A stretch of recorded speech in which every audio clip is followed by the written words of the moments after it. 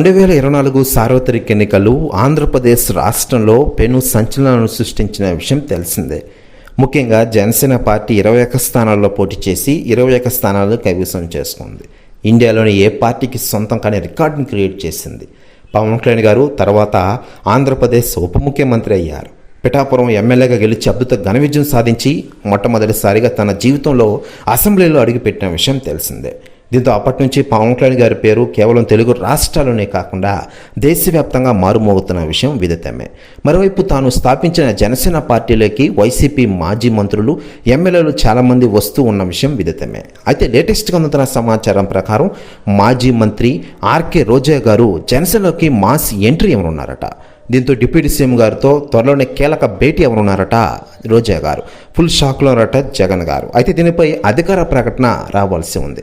మరోవైపు పవన్ కళ్యాణ్ గారు ప్రస్తుతం ఇటు ఆంధ్ర రాష్ట్ర రాజకీయాలతోనే కాకుండా మరోవైపు తెలుగు ఇండస్ట్రీలోని అభిమానుల కోసం తాను కంప్లీట్ చేసిన సినిమాలను కూడా కంప్లీట్ చేసే విధంగా ప్లాన్ వేస్తున్నారు.